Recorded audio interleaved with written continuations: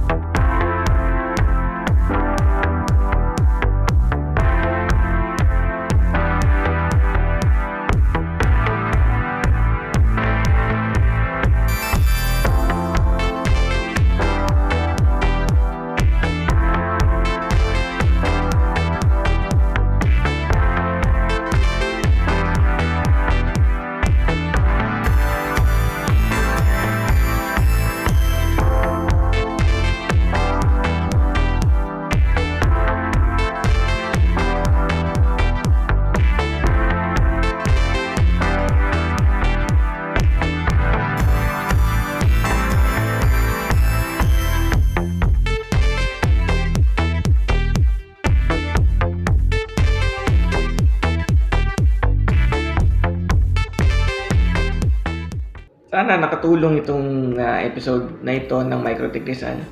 And don't forget to subscribe, like, and share this video. And malapit na pala tayo mag 1K. So thank you very much for supporting this channel. And kita-kits ulit tayo sa mga susunod na episodes.